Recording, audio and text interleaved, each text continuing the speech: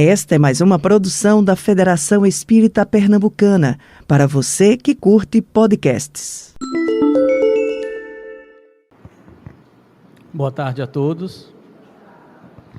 Que as bênçãos do nosso Mestre Jesus nos envolva hoje e sempre. A tradição cristã nos legou, pelas mãos dos evangelistas, a passagem referente a Jesus e as crianças, cuja interpretação nos recomenda a não impedir que os pequeninos chegassem até o Mestre. Nós podemos encontrar isso lá no Evangelho de Marcos, no capítulo 10, do versículo 13 a 16. E por mais significativo que esse ensinamento seja, com o tempo, ele foi posto de lado, foi apartado, relegado apenas aos livros sagrados e às palestras e às oratórias, às pregações, e colocado de lado do saber social, do saber científico, do saber material, relegado apenas à condição de saber religioso. Mas a humanidade clama por esse saber e se ressente por ter se distanciado dele, mesmo ainda flertando com todos os outros saberes meramente materialistas.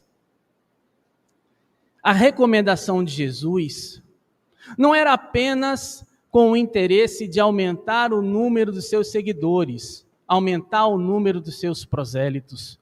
Muito pelo contrário. Jesus, como mestre, possuidor de uma visão mais ampla das coisas do mundo, estava olhando para frente, para o futuro da humanidade. Muitos momentos como esse que nós estamos vivenciando atualmente. É uma recomendação que iniciou-se há 2025 anos, vamos dizer assim, e que perpassou todas as nossas eras, todas as nossas etapas do desenvolvimento humano, e por tanto tempo, por nós, vem sendo legado. E hoje, com os esclarecimentos que a doutrina espírita nos traz, essa recomendação, deixai que venham a mim as criancinhas, ela toma uma outra dimensão. Ela se amplia, se alarga diante dos nossos horizontes. Pois bem, como todos nós sabemos, ou pelo menos creio que a maioria de nós, de repente, alguém está chegando à doutrina espírita pela primeira vez, seja muito bem-vindo. Somos espíritos. Ser espírito é uma perspectiva diferente. A doutrina espírita nos coloca isso numa perspectiva diferente, até dos outros grupos, dos outros estudos religiosos que reconhecem a existência de espírito. Por quê? Porque nós, pelos ensinamentos que Kardec nos legou, somos espíritos encarnados, ou seja, somos espíritos que possuem um corpo. Essa nossa existência material, é apenas uma etapa do nosso processo de desenvolvimento, do nosso processo evolutivo. Ou seja, nós temos uma vida, que é a vida espiritual, e essa vida, ela é permeada de diversas experiências materiais. Cada uma delas nos convidando numa direção do evoluir. Com qual objetivo? Evolução moral e evolução material. E isso é necessário e só é possível fazer diante de todas as experiências que a vida material nos proporciona.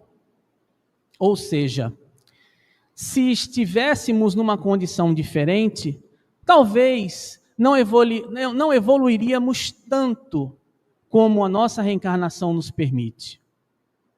Não evoluiríamos em todas as áreas que as nossas reencarnações nos propiciam.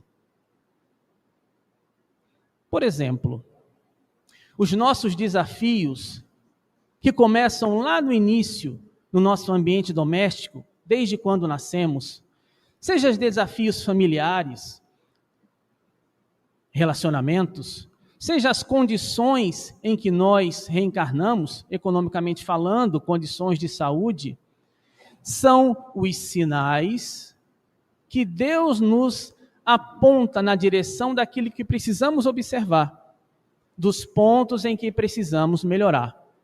É bem certo que não conseguiríamos fazer isso em apenas uma existência.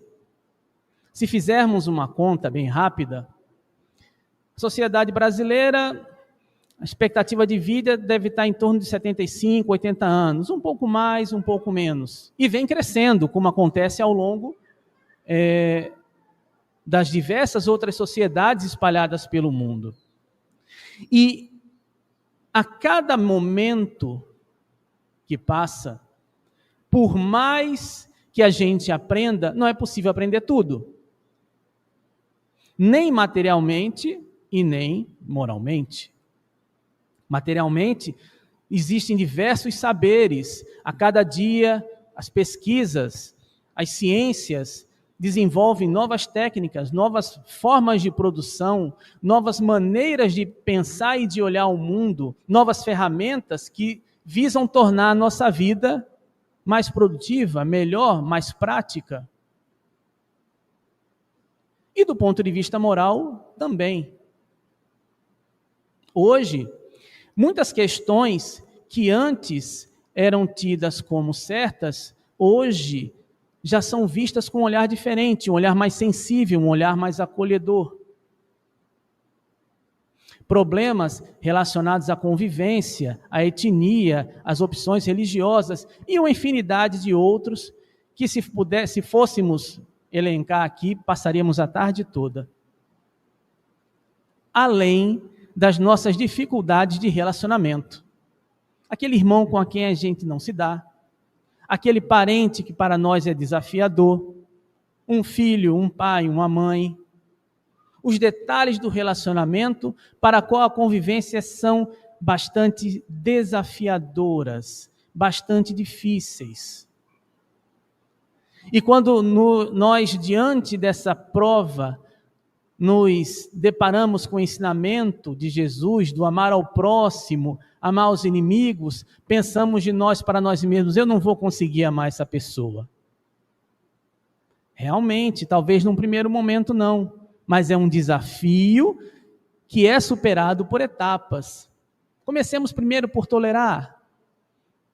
Comecemos primeiro por não criticar, não responder. Vamos observar as virtudes. E ao final da vida, muitas vezes já conseguimos ter com ela uma conversa mais amigável, mais educada, nos preocupar com o bem-estar dela. São conquistas de uma existência. São os objetivos da nossa encarnação.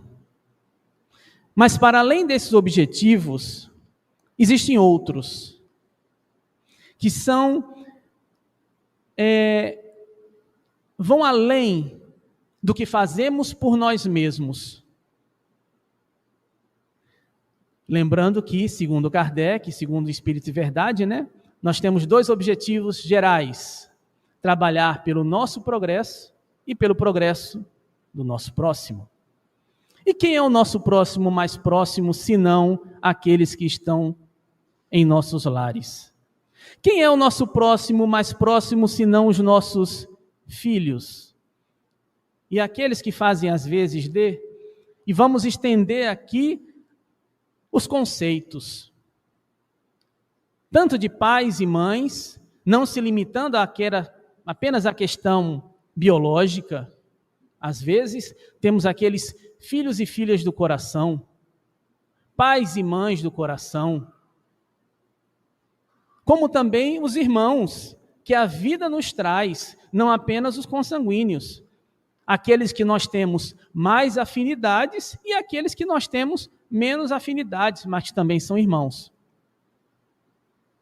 E Kardec nos esclarece que é dever nosso, na verdade, espíritos de verdade, pelas mãos, pelo trabalho de Kardec, que é dever nosso trabalhar pelo nosso progresso e daqueles que estão ao nosso redor. Então, muitas vezes, os nossos laços familiares têm formatos, tessituras que vão além da nossa visão e da nossa compreensão. E observemos, meus irmãos, que esse é um processo natural, é um processo de sucessão. Os mais velhos ensinando como proceder, como viver aos mais novos, que irão sucedê-los no futuro.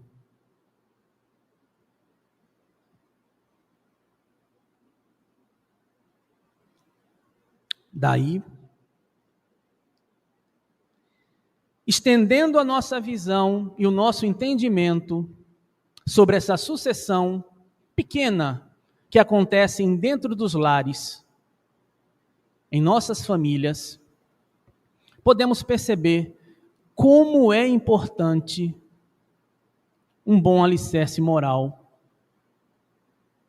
para os nossos filhos, para as famílias e para a sociedade. Esse processo ajuda-os a nos corrigirmos e a corrigi-los. Porque não existe meio melhor de ensinar alguém como fazer do que fazendo para ela ver.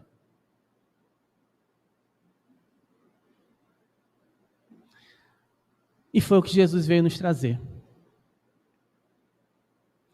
Será que alguém consegue ensinar como tratar bem sem sendo ele mesmo o exemplo? Será que alguém consegue ensinar como cuidar se não for ele mesmo o cuidador? O exemplo, meus irmãos, é a maior lição de todas. Principalmente que, como espíritos imortais, seres viajantes nessa jornada evolutiva, de diversas paragens reencarnatórias, carregamos de um porto para outro, não só as virtudes que nós desenvolvemos, mas os equívocos, os defeitos que construímos e que ainda carregamos no peito. Esses é que são os mais difíceis de serem trabalhados e de serem combatidos.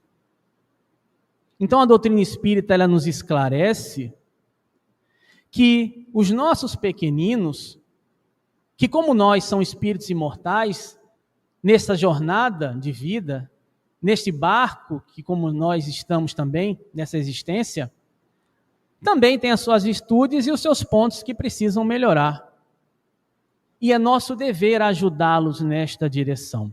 É nosso dever educá-los a parar essas arestas de comportamento. E é natural que seja assim. É a sucessão da vida. Quem pode negar, no entanto, que o nosso mundo, a nossa sociedade atual, não carece de mais empatia, mais solidariedade e mais amor? Quem pode negar que as nossas relações sociais, seja na pequena sociedade doméstica, ou nos vizinhos, nos povos, entre as nações, não está tão impregnada pelo egoísmo, pelo orgulho, pela vaidade e pela inveja, causando tantas dores e sofrimentos? Será que haveríamos tanta miséria se dividíssemos melhor? Será que haveria tanta guerra se aprendêssemos a nos tolerar mais? a respeitar o ponto de vista, as escolhas do próximo, mesmo que a gente não concorde? Estaríamos num mundo tão caótico como vivemos hoje? Será que ao longo desses séculos, da vinda de Jesus até hoje, não tenhamos deixado muito tempo já para trás essa recomendação de Jesus de deixar que as criancinhas cheguem a Ele? E quem pode negar, meus amigos e meus irmãos, que essa realidade que nós vivemos hoje, ela é, em parte, responsável pelas gerações que nos sucederam? Da mesma forma que o que seguir adiante será responsabilidade nossa, pelo que fizemos ou pelo que deixamos de fazer.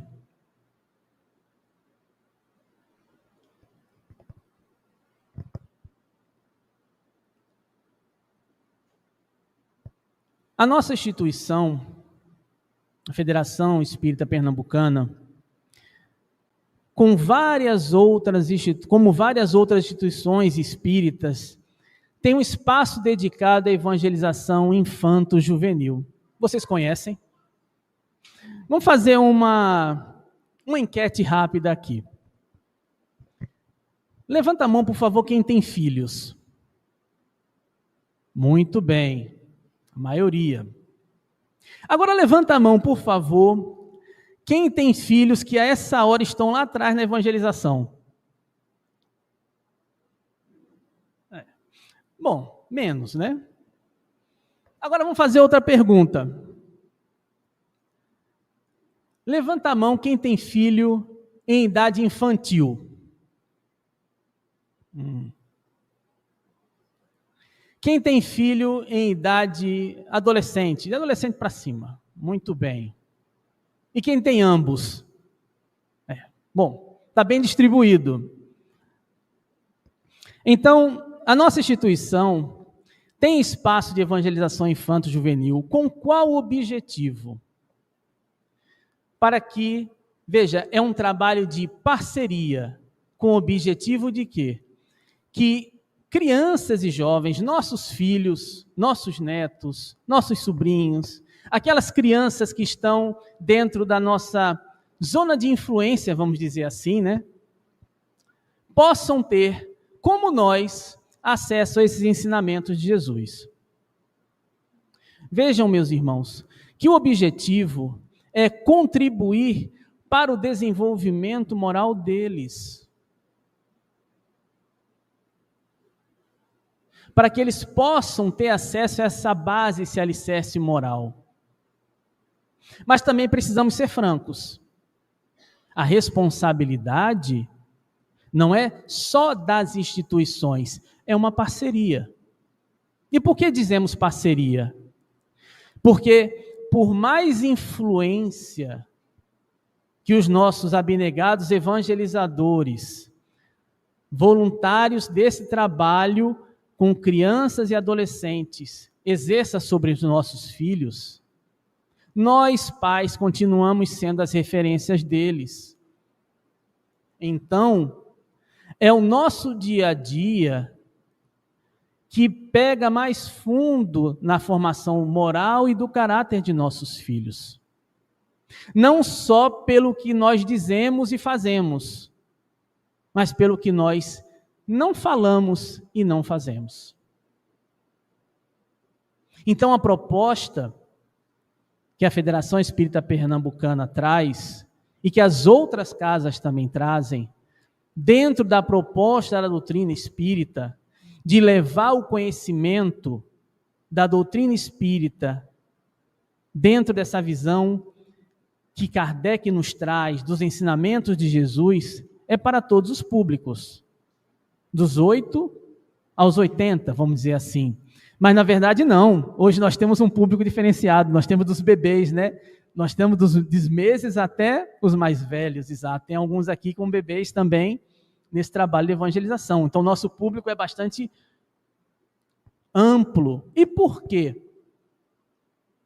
Porque o espírito é imortal. Se não existe, se nunca é tarde para aprender, quanto mais cedo começarmos a aprender, melhor. Quanto mais cedo pudermos exercer uma influência positiva, melhor. Então, meus irmãos, uma coisa que nós percebemos rapidamente aqui na nossa enquete é que muitos dos aqui presentes, encarnados, têm filhos. Mas, em sua maioria, as crianças em idade infantil, em fase infantil, que vai até os 12, 13 anos, é que em sua maioria estão conosco lá atrás, nas salas de evangelização. E isso não corresponde com a situação dos jovens. Ano após ano, a gente observa que o número de crianças é sempre muito grande. Mas que quando chegam na fase da adolescência, esse número vai reduzindo. Poucos adentram as turmas de juventude. Poucos chegam a casa já na fase da juventude. E por que será que isso acontece? Será que nós, pais, não temos uma pequena contribuição nesse processo também? O que será que podemos fazer? Será que o jovem ele precisa também desse conhecimento, de dar continuidade? Não vamos dizer conhecimento. Lembremos que nós estamos trabalhando num aspecto moral. Muitas vezes, numa construção de um caráter, numa correção de um comportamento. Esse labor. Então, vamos falar, nós estamos ajudando este espírito a esculpir-se moralmente, aparando as arestas, tornando-se melhor, tal qual fazemos com nós mesmos. E por que só até a fase infantil? Por que isso não entra no período juvenil? Estaria o trabalho completo? Não. Talvez nessa fase é que o trabalho deva ser mais dedicado e aguerrido. Porque os espíritos nos dizem, e é algo que a ciência do mundo também atesta, a fase juvenil é uma fase muito importante em nossas vidas. Muitas coisas acontecem ao mesmo tempo, tanto biologicamente, a parte hormonal, o desenvolvimento físico, o desenvolvimento intelectual, quanto espiritualmente. É nesta fase em que o ser encarnante, ele se aproxima de assumir, de tomar posse da sua condição espiritual efetiva. Ou seja, é como se ele estivesse concluindo a sua chegada. E agora eu vou compartilhar um segredinho com vocês. Quem tem filho adolescente deve ter observado que um dia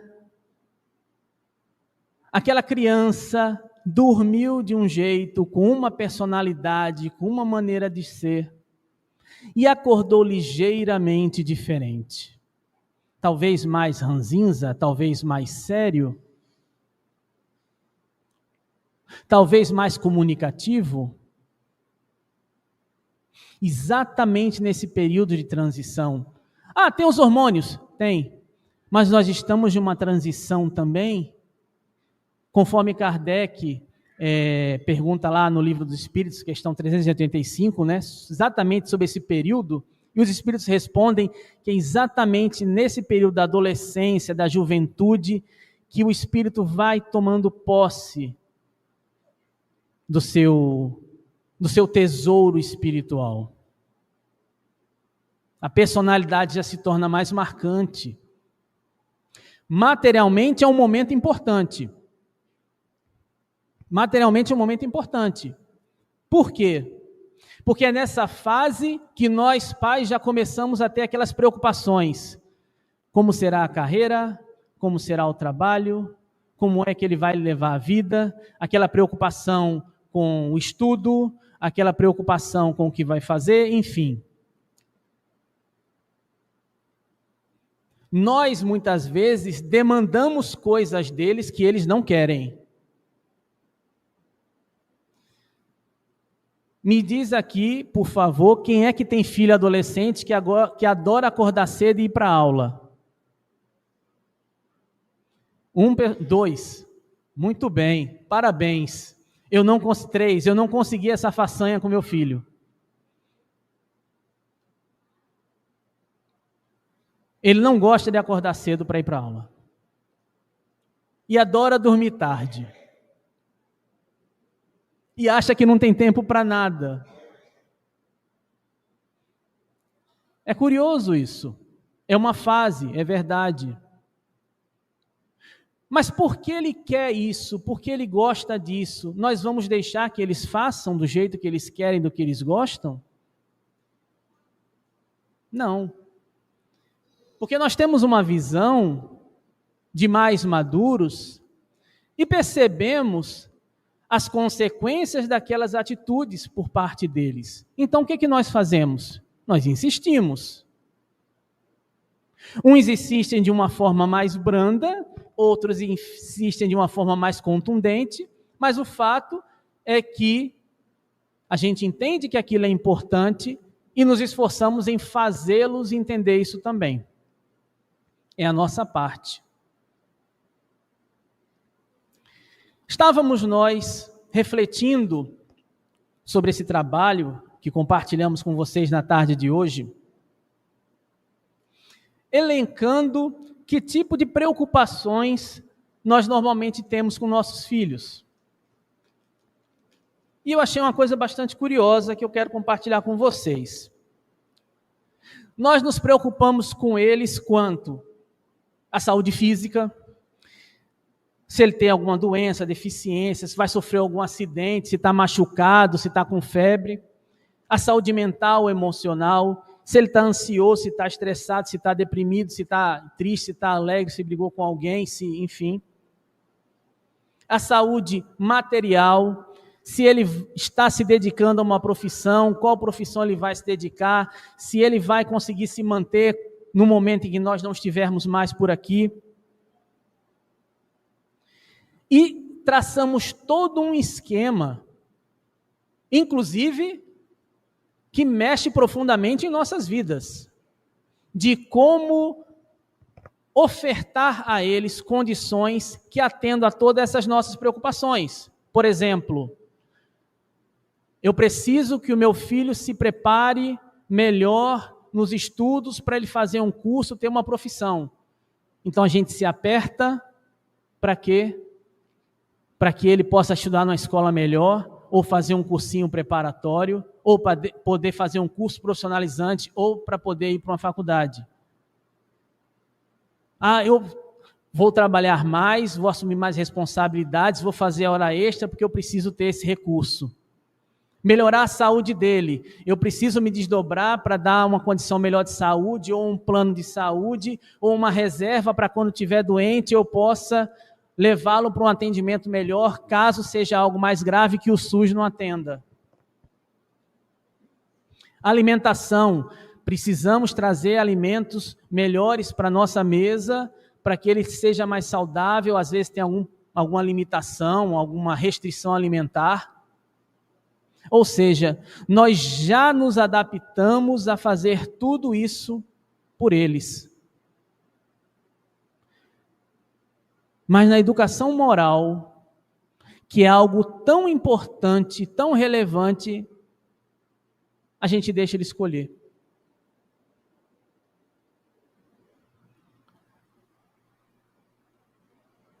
Por que o seu filho não vem para a evangelização? Não, porque ele não quer, ele não gosta, ele tem preguiça. Mas você insiste com ele, não, eu não quero invadir a liberdade dele. Respostas que a gente ouve aí por fora. Mas eu pergunto, se meu filho estiver doente, ardendo em febre, 38, 40 graus de febre, a gente vai deixar de levar ele para o hospital, para o atendimento médico, porque ele tem medo de tomar uma injeção? Alguém aqui faria isso? Creio que não. Se o meu filho não quer ir para a escola, não quer concluir os estudos, a gente deixa ele fazer isso? Creio que não. E por que na hora da educação moral, desse trabalho de polimento, dessa escultura do ser que nós somos interiormente, a gente não é tão cuidadoso? A gente também precisa ter esse tipo de cuidado, porque é importante. E é um contributo que nós damos, não para nós mesmos no futuro, mas para a nossa própria sociedade.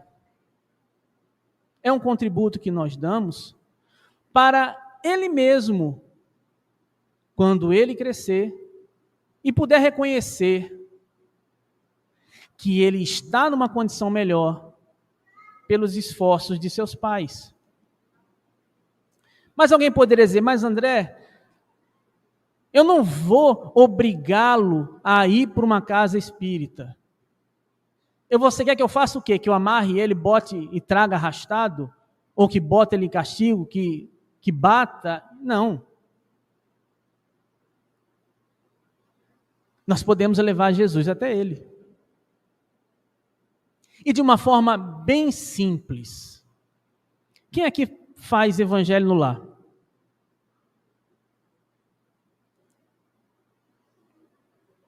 Existe forma mais simples de apresentar Jesus para nossos filhos que não no evangelho no lar? Acreditem, eu já vi evangelho no lar mudar adulto, que de mais jovem e criança. Ah, mas ele não ouve, ele não quer participar. Bom, aí com o nosso jeitinho de pais, podemos, de forma paciente, dedicada e às vezes um pouco mais incisiva, convidá-lo para que ele esteja presente na hora do evangelho. E acreditem, eles estarão ouvindo. Jovem não gosta de dar o braço a torcer, mas eles estarão ouvindo. E vamos acostumando ele a ouvir, a conhecer. Inicialmente, é suficiente que ele apenas ouça. Depois, quem sabe contribuir com uma pequena leitura? Quem sabe contribuir com uma oração? Com um comentário? Pequenas doses. E ele vai se acostumando. E ele vai se habituando. E o convite sempre de vir para a casa espírita. E o convite sempre de conhecer. Se ele conseguir vir e assistir à reunião pública, já é um bom caminho. Mas vamos convidá-los também a participar do grupo compatível com a idade. Olhe,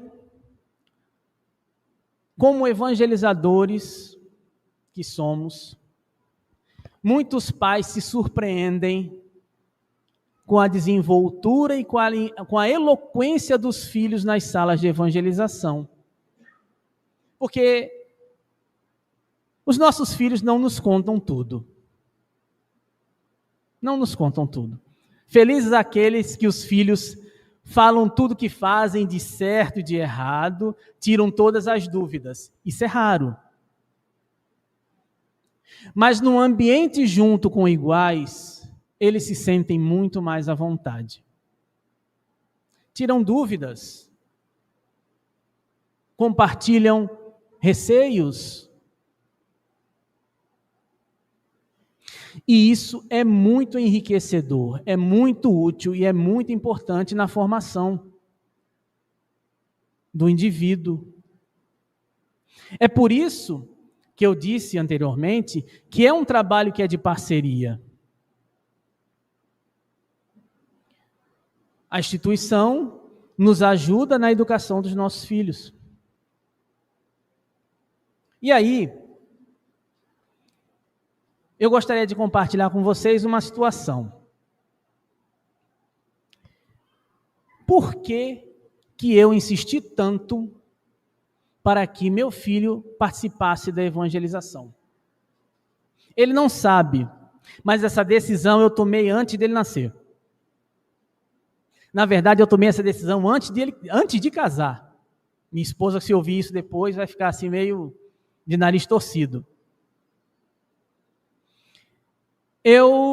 Desde pequeno, eu participo das aulas de evangelização. Minha mãe me levava e a meu irmão para a evangelização. E admito, às vezes eu vinha de boa vontade e às vezes eu não gostava. Meus pais, uma educação mais austera, de algumas gerações atrás. Então, muitas vezes a orelha doeu. Eu vinha. Outras vezes não.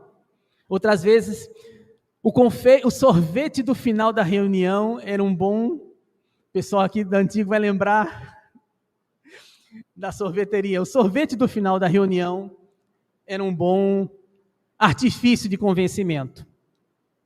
Foi da tua época isso? Foi, né? Pronto.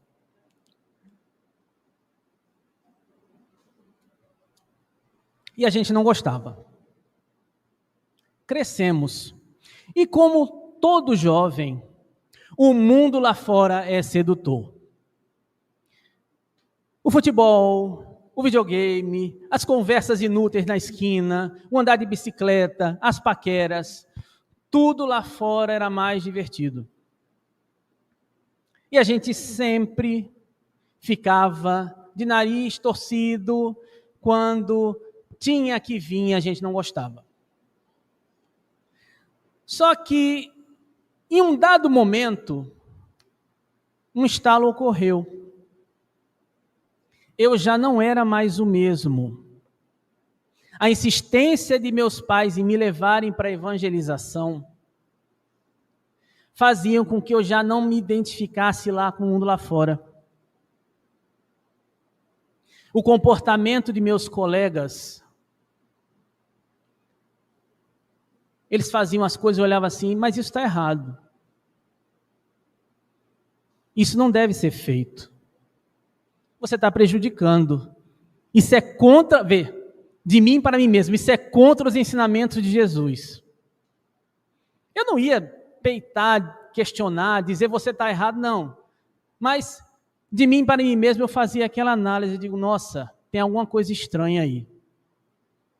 Sem perceber, eu já me posicionava de uma forma que não me sentia mais à vontade ou tão à vontade naquele meio. E confesso que durante vários momentos isso para mim foi perturbador. Porque todo jovem ele gosta de quê?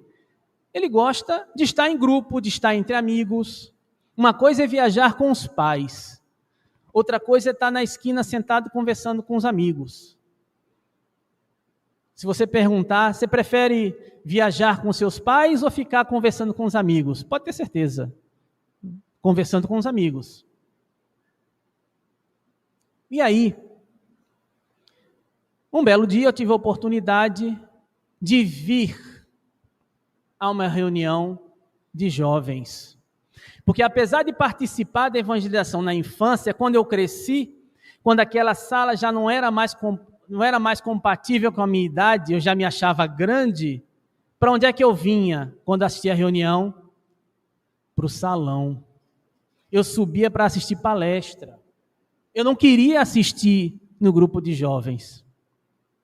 E um belo dia, eu tive a oportunidade, me levaram para assistir. E aí eu descobri um outro mundo. Foi bastante alentador conviver com jovens da minha idade, que tinham uma visão de mundo como eu tinha, que tinham as dúvidas que eu tinha, que tinham o entendimento que eu tinha. Porque todos nós agora víamos o mundo com um outro olhar, com o olhar que a doutrina espírita tinha nos ofertado, e não tinha mais volta.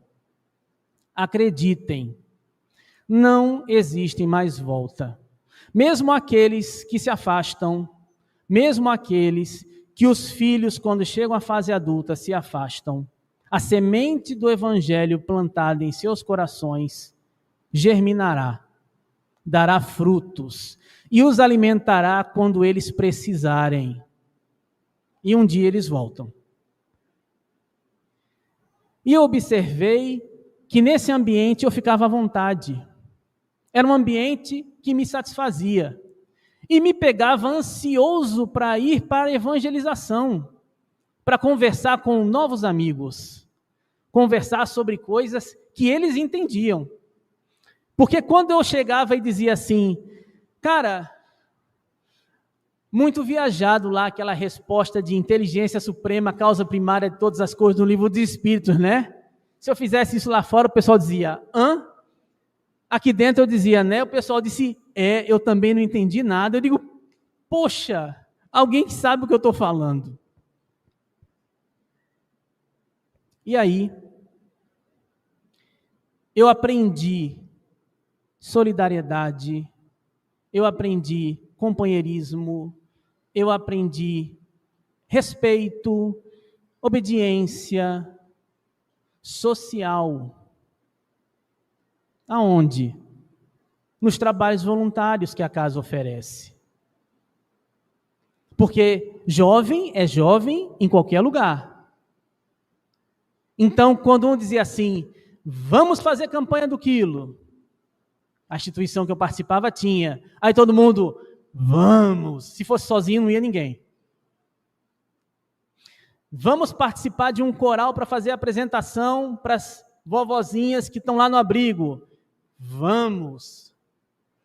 Vamos ajudar na distribuição de mensagem. Vamos. E devagar a gente foi conhecendo os trabalhos da casa. E devagar a gente foi conhecendo o movimento espírita. E devagar a gente foi se envolvendo. Então, o espaço evangelizador que as casas oferecem propicia isso aos nossos filhos. Um ambiente em que eles vão poder se desenvolver, baseado nos ensinos de Jesus, sob a ótica da doutrina espírita, em que eles vão poder se reconhecer como espíritos imortais. O tempo passou, como eu disse, essa decisão não tinha tomado antes do meu filho nascer. O tempo passou, eu disse, poxa, se um dia eu tiver um filho, ele vai ter que participar da evangelização, mesmo que ele não queira, ele vai aprender a gostar lá dentro. Por quê? Porque é um ambiente em que nós, pais, podemos nos sentir mais seguros com a qualidade das influências que eles recebem. Influências positivas. E uma grande preocupação que creio que todos nós temos, que eles aprendam a fazer boas escolhas, porque nós não estaremos ao lado deles sempre. Escolher as companhias, escolher as influências, escolher as atitudes. Veja, por que escolher? Porque eles têm livre-arbítrio. Nossa influência sobre eles vai findar em um dado momento. Mas se nós ensinarmos eles a discernir, a refletir em direção ao bem, eles, quando nós não estivermos, seguirão o seu caminho nessa busca de se tornarem homens de bem. Então, meus irmãos, nessa tarde de hoje, deixo a todos aqui um convite. Apresentem Jesus aos filhos de vocês. Primeiramente, nas atitudes de vocês, no Evangelho no lar. E tanto quanto possível, convide-os a vir para cá também, a participar da evangelização. Enquanto vocês estiverem aqui, eles estarão lá. Isso é uma ótima maneira de nós ajudarmos, melhorarmos em qualidade o desenvolvimento moral deles, que é tão importante. Ou poderemos dizer, é até mais importante do que todas as outras lições que podemos dar. Basta olharmos para nós mesmos. Creio que muitos de vocês aqui tenham pais e avós já falecidos. Quantas e quantas vezes as boas lições deles ainda ecoam em nossas mentes?